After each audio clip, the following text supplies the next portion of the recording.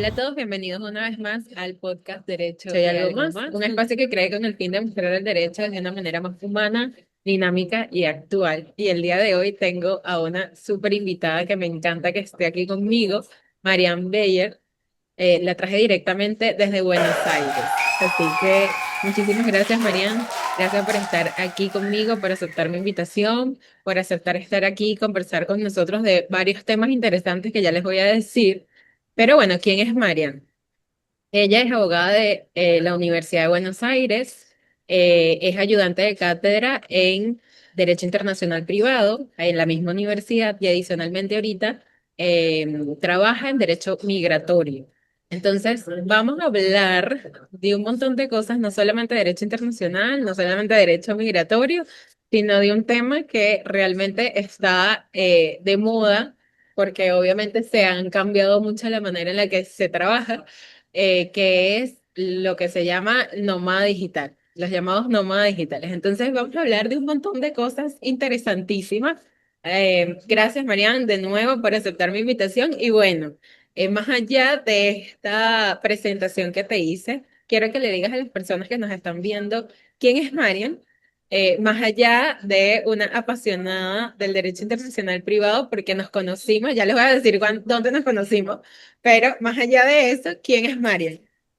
Bien, bueno, Bien, bueno, muchísimas gracias, Ale, por la invitación. Estoy realmente muy contenta por estar acá y bueno, charlar un poquito de lo que me apasiona, como decís vos. Justamente es el derecho internacional privado. Pero bueno, ¿quién soy yo? ¿Quién es Marianne? Aparte de mi pasión por el derecho internacional privado, creo que una de las, digamos, las motivaciones y los intereses que me mueven en torno al derecho es justamente qué es el derecho. Y para mí es justamente la institución más importante que tenemos en la sociedad y lo que me motiva, lo que me apasiona es poder contribuir a a su su, desarrollo, sí, a su a desarrollo su, científico y bueno, aportar, digamos, una mejor visión y un mejor derecho el día de mañana para las futuras sociedades. Y bueno, eso se relaciona mucho con el derecho internacional privado porque es con lo que más tenemos relación, aunque bueno, es poco practicado, lamentablemente, pero siempre está. sí, no, me encanta, porque bueno, a Marian, lo que pasa es que yo aquí siempre, Marian, yo la conocí en las jornadas Asadip de este año en Brasil. Imagínense, yo ya estamos aquí grabando un podcast, me encanta y eso es lo maravilloso de no solamente asistir a todas estas jornadas, sino, sabes, como hacer match con las personas, ver qué es lo que nos motiva, qué es lo que nos apasiona. Y bueno, gracias a las jornadas Asadí, pues conocí a Marianne y estoy muy feliz que ella esté aquí. Luego fui a Buenos Aires, me hizo también un tour por Argentina, sobre todo el Tigre, porque Marianne viene del Tigre. Y fue demasiado bella, me dije, vente para el Tigre, yo te lo presento. Y bueno, de verdad que nos caímos buenísimo. Me encanta su manera de ver el derecho, su manera también de, no sé, es demasiado seria, así, toda, toda, toda Muy espectacular, estructurada. sí, muy estructurada. Yo soy así como que no, más, tú sabes, como que más, no sé, auténtica. Mariana es como más estructurada. Y creo que hicimos un bad Correcto. match por eso, porque bueno, necesitamos un equilibrio en la vida. Claro, Este, exactamente. No, y aparte sí, nos complementamos. sí, no, sí, ya además que hemos vivido como situaciones similares a nivel laboral, a nivel académico, entonces creo que de verdad que nos complementamos de cierta manera, así que estoy muy feliz de que ella esté aquí con nosotros. Pero vamos a lo que nos atañe. Yo invité a Mariam a este podcast el día de hoy porque, bueno, ella me comenta que ella trabaja derecho migratorio y realmente muy pocas personas saben qué es el derecho migratorio. O sea, es como, ¿qué es eso? Eh, ok, nosotros sabemos tipo el derecho internacional privado y la gente ahorita, los venezolanos, obviamente estamos un poco más relacionados con todo este tema de migración, pero realmente creo que muy poca gente sabe, o muy pocas personas o estudiantes saben qué es el derecho migratorio porque no es un derecho que se nombre. o que se enseñe normalmente en las universidades. Entonces, yo quería que Marian nos hablara el día de hoy de qué es el derecho migratorio y cómo ella ve esa combinación de el derecho migratorio con el derecho internacional privado. ¿Es lo mismo? ¿No es lo mismo? ¿Es distinto? Cuéntanos un poco de esto. El derecho migratorio de base es derecho público, digamos, ¿no? Derecho administrativo. ¿Por qué? Porque justamente lo que regula el derecho migratorio es la entrada, la salida y la permanencia, digamos, de las personas en los diferentes estados, ¿no? Justamente por eso hablamos de que es el derecho público, que es justamente lo regula el Estado, dice, bueno, cuáles son las normativas, las regulaciones que deben seguir las personas para entrar, salir y cuáles son los tipos de permanencia que se pueden tener para, bueno, obviamente entrar y salir a los países. Bueno, en contraposición, digamos, el derecho internacional privado es justamente el derecho privado que, bueno, estudia y, bueno, se trata de regular las diferentes situaciones de derecho privado que tienen elementos de extranjería, ya sea desde un matrimonio hasta un contrato, puede ser una sucesión, puede ser, no sé, la constitución de una sociedad del extranjero. eh, un millón de cosas, obviamente todas con elementos de extranjería. En las jornadas ASADIP tuvimos un panel dedicado al derecho migratorio. Y uno de los ponentes decía que realmente el derecho internacional privado debería estar más unido al derecho migratorio. Y quería preguntarte a ti, Marian, ¿cuál es tu posición o por qué consideras que ese ponente dijo esto? ¿Es verdad que no están relacionados? Porque bueno, tú lo practicas, tú lo ejerces, ¿no? Quizás yo puedo decir desde una perspectiva un poco más externa, decir, no, bueno, yo los veo bastante relacionados, pero tú que lo ejerces y lo practicas, quiero saber cuál es tu opinión al respecto. En primer lugar, la realidad es que sí. Encontramos que sí, en la práctica están muy distantes, digamos, ¿no? Una cosa es el derecho migratorio per se, es decir, justamente la regulación de si se puede entrar o salir de un país y por cuánto tiempo y dentro de qué medida.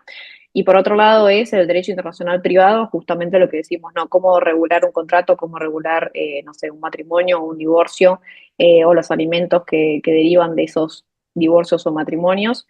Y bueno, parece ser que en la práctica está totalmente distante y parece ser, digamos, como que son diferentes. Pero hay muchos momentos en los que se encuentran. ¿Por qué? Porque tienen que ver con los requerimientos para poder entrar o permanecer, digamos, a un país. Por ejemplo, un contrato, digamos, laboral. Yo para, por ejemplo, migrar a un país, a veces normalmente lo que se intenta es que tenga, digamos, un contrato de, digamos, laboral que me indique, ¿no? Que puedo entrar a ese país porque justamente tengo ese trabajo. Y bueno, se irá viendo. Normalmente en la práctica no vemos que estas dos, digamos, disciplinas se unan. Entendemos que obviamente un migrante es una persona que está, digamos, en movimiento, ¿no? Desde su lugar de permanencia o de origen y digamos, se va, digamos, se muda y migra a otro estado o a otro lugar. Normalmente también puede ser no otro estado, pero sí otro lugar diferente del que estaba anteriormente o del lugar en que nació. Ahora bien, dentro de esta categoría de migrantes encontramos una nueva categoría que es la de nómade digital, que es una persona que migra, pero no tiene una permanencia más fija, por así decirlo. La permanencia es por un corto periodo de tiempo y normalmente está en constante movimiento. No es que simplemente se muda y se queda, no sé, 5, 10, 15 años en ese lugar, sino que está en constante movimiento, ya sea 2 semanas, 3 semanas, 3 meses, 5, 6 meses, un año en un lugar y está, digamos, moviéndose eh, de vuelta constantemente. Obviamente dentro, digamos, de este tipo de migrantes, bueno, es muy difícil, digamos, categorizarlo dentro del contrato de trabajo y ahí encontramos estas digamos, posibles, digamos, problemas, porque uno de los mayores problemas que encontramos en el contrato de teletrabajo digamos, obviamente dentro de estos nómades digitales que tienen, digamos, una relación de dependencia, no que son freelancers sería que trabajan, digamos, de manera independiente. En este caso tomamos en cuenta los nómades digitales que tienen un contrato de relación de dependencia con su empleador. Eh, y con este contrato de trabajo lo que sucede es que vamos a tener que, en principio, buscar si hay, digamos, un problema legal, jurídico, vamos a tener que ir a buscar una jurisdicción internacional, es decir, un juez que dirima esa cuestión, ¿no? Porque el nómade está en constante movimiento, de nuevo, vamos a buscar, digamos, los diferentes criterios atributivos para determinar cuál es el juez a no aplicar, si no dirimir en esta cuestión. Y en segundo lugar, vamos a encontrarnos con el problema de la ley aplicable. Hace un ratito charlábamos Sí, sí. en la sesión preparatoria del podcast de un caso hipotético, ¿no? De, por ejemplo, Exacto. si Ale fuera, por ejemplo, una nómada digital, ella tiene su domicilio en Venezuela, su empleador, por ejemplo, está en Estados Unidos, pero ella en realidad se va, digamos, A a Bali. Bali. Voy a trabajar Tenemos en el Bali. problema, claro, por un día nada más, o por el tiempo que sea, digamos, cambia, digamos, su residencia o su permanencia y está en Bali, ¿no? Bueno, ahí ya tenemos un problema, ¿no? ¿Cómo determinar normalmente el punto de conexión? Por lo general es el lugar de cumplimiento o el lugar de la ejecución del contrato de trabajo. Eh, es decir, ¿dónde se cumple? En Bali, se cumple realmente en Bali porque yo estoy prestando, digamos, mis servicios a través de la computadora, a través del internet. Puedo también Correcto. utilizar un VPN, por ejemplo, y en vez de en Bali dice que estoy, no sé, en Argentina. Sí, Pero ahí ya en tenemos otro problema. Ámsterdam. Ujú. Claro, entonces tengo mi domicilio en Venezuela, mi empleador en Estados Unidos, mi prestación, digamos, real es en Bali, y después mi VPN dice que estoy en Amsterdam ¿Y o en dónde se Argentina. firmó el contrato también? Que sí. También es otro problema, por ejemplo, el tema de normalmente otro punto de conexión en los contratos, no de teletrabajo, no digamos, de trabajo en sí, pero sí de contratos en general, es normalmente el lugar de celebración. En este caso, por ejemplo, si es un contrato de teletrabajo, sería difícil, digamos, determinar el lugar de celebración, porque es un contrato entre ausentes, por ejemplo, ¿no? Porque obviamente Claro, Ale es de Venezuela, empleadores de Estados Unidos, no sabemos dónde se celebró, ¿no? claro. Normalmente es la celebración, digamos, en partes ausentes sería el lugar de donde parte la oferta aceptada. Bueno, ¿de dónde parte? ¿De Estados Unidos? Puede ser. Puede ser. O no, no sabemos. Por ahí digamos, el empleador tiene su establecimiento y su sede en Estados Unidos, Pero quizá pero, estaba en Bali. pero quizás Quizá él está en estaba en Bali. Bali. Exactamente. Nadie sabe. Nadie sabe. Entonces empiezan a surgir todas estas cuestiones que nos complican un poco de determinar, bueno, cuál es el juez, cuál es la ley aplicable y también, por supuesto, en el caso hipotético de que tengamos una sentencia favorable a favor de Ale, Supuesto. diciendo que le corresponde la indemnización o lo que sea, eh, bueno, ¿dónde lo voy a ejecutar? ¿En Estados Unidos? ¿En Venezuela? ¿En Bali? Bueno, obviamente donde tenga bienes el empleador en este caso, ¿no? Y ahí se Claro. nos van a empezar a complicar más las cosas todavía, Ok. porque bueno, Estados Unidos es bastante reticente Ok, a... ahora te pregunto yo, ¿existen soluciones previstas para todos estos temas que me estás comentando? ¿O no? ¿O es algo que todavía está como muy incipiente? Porque, a ver, esa es la realidad ahorita. O sea, Claro, actualmente existen un montón de teletrabajadores, de freelancers, de migrantes, o sea, estamos ya, no era como antes, que cada quien se quedaba en su casita, en su trabajo de empresa, de 8 a 5 de la tarde y no se movía de ahí. No, no. Ya claro, ahorita ni siquiera es así. Ahorita incluso hay empresas que están utilizando la modalidad híbrida, o no sé, unos meses para aquí, unos meses para allá, etcétera, ¿no? Entonces, ya esto es la realidad y quisiera saber si existen algunos avances eh, regulando todos estos temas o no. La realidad es que es muy incipiente. ¿Por qué? Porque normalmente lo que vemos a partir, digamos, de lo que sucedió con la pandemia, ¿no? Del COVID-19, es que, digamos, los países, los estados han regulado, digamos, de manera interna, pero no tenemos, digamos, convenciones que regulen esa situación. Por lo general, no tenemos convenciones que regulen en realidad el contrato de trabajo en general, menos obviamente el contrato de teletrabajo, que es algo no todavía muy nuevo. Eh, pero bueno, estamos intentando, creo yo, o al menos me gustaría que se intente un poco más terminar de regular todas estas cuestiones, o al menos tenerlas en cuenta en las próximas, digamos, cuestiones a dirimir en cuanto a las normativas, ya sea también no solo internacional, sino también, digamos, de manera interna, porque hay muchas deficiencias. Y bueno, podemos hablar, digamos, del caso de Argentina, obviamente, que la ley de teletrabajo específicamente que salió en 2020 y que ha sido modificada recientemente, es contradictoria directamente digamos, la norma de conflicto, digamos, en teletrabajo internacional es contradictoria a la ley, digamos, de contrato normal, digamos, de la ley de contrato. ¿Ok? Entonces ahí ya encontramos la primera deficiencia, ¿no? Que es contradictoria a la ley de contrato normal. Eh, bueno, y así un millón de problemas. Con respecto a, por ejemplo, de vuelta volvemos al tema de el lugar de cumplimiento, el lugar de ejecución de las tareas. ¿Dónde es esa ejecución? Si yo lo trabajo de manera remota, se tiene en cuenta, en el caso, por ejemplo, de los nómadas digitales, si se tiene en cuenta que la ejecución es en el domicilio digamos, del trabajador y el nómada digital está en constante movimiento, ¿dónde se determina ese domicilio?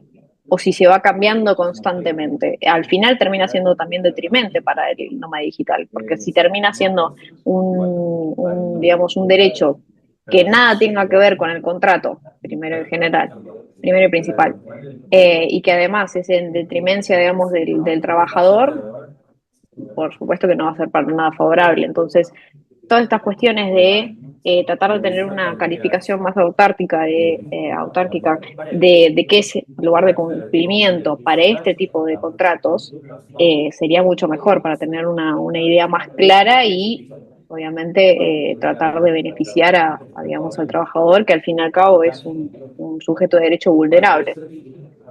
Claro, pero, ajá, te pregunto, nómada digital incluso es más vulnerable que lo que se considera un trabajador normal, porque siempre, por Exactamente. ejemplo, en mi país siempre se considera el trabajador como alguien a quien proteger, ¿no? Entonces, el nómada digital, en este caso, está triplemente vulnerado.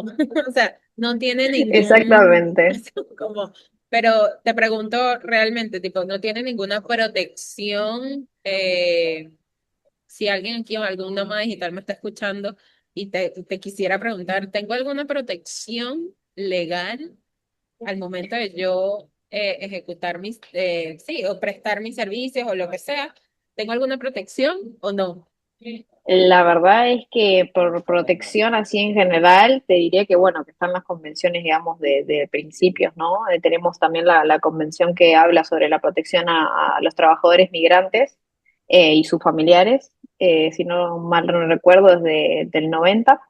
Eh, pero bueno, o sea, de vuelta, son convenios, digamos, universales, digamos, que tienen principios, no van a terminar determinando justamente cuál es la ley aplicable al contrato y de Claro. qué manera se va a dirimir eso, simplemente que son principios que va a tener en cuenta el juez a la hora bueno, dirimir la cuestión. No, Pero y que es en cuanto, importante, sí, perdón, que quienes están escuchando esto, que sean nómadas digitales, tienen que consultar a su abogado. sí, por Este, supuesto, por por supuesto. supuesto. Aquí O sea, como simplemente que, estamos como exacto, dando a saber, conversando, exacto, dando sí, ahí píldoras, algunos tips, algunas cositas, pero claro, realmente tienen que consultar a su abogado, quien le pueda asesorar en todo esto. O sea, por obviamente para eso supuesto. están los abogados, pero claro, que estamos un poco conversando de este tema que para mí es bastante interesante. Em, y bueno, no sé si tienes alguna consideración adicional respecto a las nómadas digitales o respecto también a esta conexión entre el derecho migratorio y el derecho internacional privado. Yo creería que, en primer lugar, y volviendo, digamos, a lo que me apasiona, es que trabajemos, digamos, tanto internacionalmente como internamente en cada uno de los países, es que busquemos la manera de encontrar soluciones a estos problemas, porque son problemas que, si bien tal vez no los estamos viendo tan, digamos, ávidamente, va a suceder. Es decir, porque la gran mayoría de nuestra generación está trabajando de manera, digamos, de teletrabajo, y justamente tienen este dinamismo de ser nómade digital. Y bueno, queramos o no, en algún momento vamos a tener estos problemas y hay que solucionarlos con, digamos, normas, convenciones, leyes, regulaciones que tengan soluciones clave que justamente no nos tengamos esta laguna o tengamos que salir a buscar interpretaciones que posiblemente son desfavorables para justamente esta persona, y este sujeto de derecho que justamente es triplemente Tremendamente vulnerable. vulnerable. Ajá, y te pregunto, porque hablaste de la ley del teletrabajo de Argentina. Sí, Cuéntanos un correcto. poco, nosotros aquí, entiendo, no tenemos ley de teletrabajo, sí, laboralistas del mundo aquí, perdónenme si tenemos y yo no lo sé, eh, pero que yo sepa, no. Eh, ¿Es buena, no es buena? Porque ya dijiste que, bueno, que hay algunas cosas que no están tan bien, pero en términos generales, ¿piensas que es algo que se puede tomar en cuenta para posibles regulaciones en otros países? ¿O no? ¿O es como, mira, ni se les ocurra? Nada que ver. El problema que tiene justamente con la normativa, digamos, internamente diría que está bien, digamos, de manera interna. El problema es cuando vamos a la norma de conflicto de teletrabajo internacional. El tema es que va a Ok. decir, lo que dice es que se va a regir por el lugar de ejecución de las tareas, por parte del trabajador, obviamente. Entonces, en primer lugar, lo que nos pensamos es dónde es esa ejecución de esas tareas, cómo se determina. Y en segundo lugar, como decía, es contradictorio a la ley de contrato, digamos, de que tenemos nosotros, la ley de contrato de trabajo, porque, bueno, en el artículo 3 lo que determina es que se va a regir en cuanto y en tanto, digamos, esta ley, digamos, el contrato de trabajo se ejecute en Argentina. Entonces, ya la ley de contrato de trabajo, de teletrabajo, es contradictoria a la norma, digamos, normal del contrato de trabajo general. ¿Por qué? Porque, bueno, tiene una cuestión más territorial de, bueno, se ejecuta en la Argentina, se aplica esta ley. Ahora, ¿qué pasa con la ley de teletrabajo? Que dice que no, que se va a ver dónde se aplica, dónde se ejecutan las tareas. Entonces es contradictoria. ¿Y otros países? ¿Has visto alguna ley de algún otro país que sea interesante verificar, leer? En principio te diría que he leído un poco sobre el tema en Uruguay, pero la realidad es que no me atrevería mucho a dar mi opinión porque, bueno, en Claro. Uruguay tienen Sí, sí, sí, sí, otros sí. requerimientos, son un poco más, menos flexibles, diría yo, tienen como mucho más puntos Ok. a desarrollar. Y bueno, ya estaríamos como hablando en otro podcast y bueno, yo uruguaya no soy, pero bueno. No, pero eres, ya va, pero eres derecho internacional Es, privatista. Claro, pero bueno, Entonces, ya bueno, estaríamos entrando en derecho comparado ahí, en comparar correcto. ahí un poco Sí, sí, de sí, qué sí. pasa con la ley, digamos, de derecho internacional privado de bueno, una cosa que tiro ahí, muy interesante que tiene la ley de derecho internacional privado de Uruguay, es que, y a modo, digamos, de reflexión también para tirar, es que justamente lo que sucede es que en la ley aplicable, para los contratos de trabajo internacional, puede ser que admita la autonomía de la voluntad. ¿Y ustedes no? No, nosotros no. Ah, ya, No, no, no. interesante. Yo sé que viene, o sea, yo sé que quiero hacer otro episodio un poco más detallado de este tema, porque claro, estamos hablando como muy genérico, porque realmente Marial me dijo que no sabía si podíamos ser tan técnicas o no. Bien, la En, idea en realidad era no ir tanto eh, al tecnicismo porque si no sí, porque parece bueno, una porque, clase. exacto, exacto, pero realmente podríamos pensar hacer un episodio un poco más así de derecho puro y duro, pero realmente me encanta, primero me encanta que estés aquí conmigo en este podcast, me encanta cómo sucedió este encuentro, tipo de Brasil, luego en Argentina y ahora acá. Segundo, me encanta Sí, esta conversación que tenemos, que realmente da para mucho más. Como les dije, estamos dando así como un abrebocas, un claro, abrebocas a todo este tema, que me parece bastante interesante y me parece que es algo que se debe tomar en consideración, precisamente porque la mayor fuerza laboral existente, creo, hoy en día trabaja de manera remota. O sea, realmente, incluso Marian trabaja de manera remota. Entonces, exactamente, es verdad. es algo que hay No, que tomar en no cuenta. soy nómade, pero sí trabajo, digamos, de manera muy remota. Exacto. Y creo que estaría muy bueno profundizar más sobre estos temas, ya un poco más técnico, un poco más jurídico, un poco más... y quizá, Marian, plantear algunas soluciones. eh, Una vez hablé con ella me decía que le encantaba todo este tema de la legislación, de aportar, como ella dijo al principio, de servir a la evolución y al desarrollo del derecho. Entonces, realmente sería muy bueno plantear Sí. algunas soluciones o ver qué soluciones también le puedes dar tú. Yo sé que quizá ahorita no te atreves porque, bueno, ajá. Tampoco era la idea del podcast como atrevernos tanto, sino simplemente lanzar el tema y el abrebocas, pero sí me gustaría, si un día te animas, a hablar como de esto un poco más profundo, Bien. eh, porque realmente me parece interesante. No sé si quieres decir algo adicional. No, yo creo que con eso estamos bien.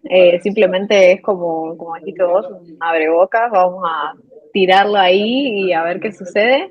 Porque bueno, esto se tiene que discutir, se tiene que dialogar eh, y a ver cuáles son las soluciones posibles. Hay que, digamos, de vuelta, no tengo hoy una solución porque hay que ver cuáles son todas las posibilidades que existen para determinar realmente cuál es la más favorable y decir, bueno, esto es lo que es más favorable. Y a veces No, también decir, justamente también podemos tener una cláusula de escape también, ¿no? Decir, bueno, si esto no es lo más favorable, al final esto. Pero bueno, claro.